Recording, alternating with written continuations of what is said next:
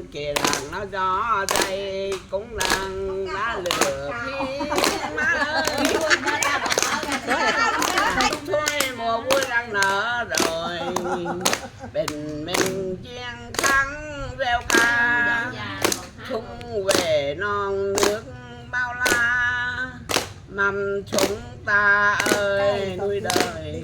tay anh bưng ngọn đèn em chê ngọn gió anh bưng mầm tròn em xuống nắng hoa đường vui nơi bước thanh thang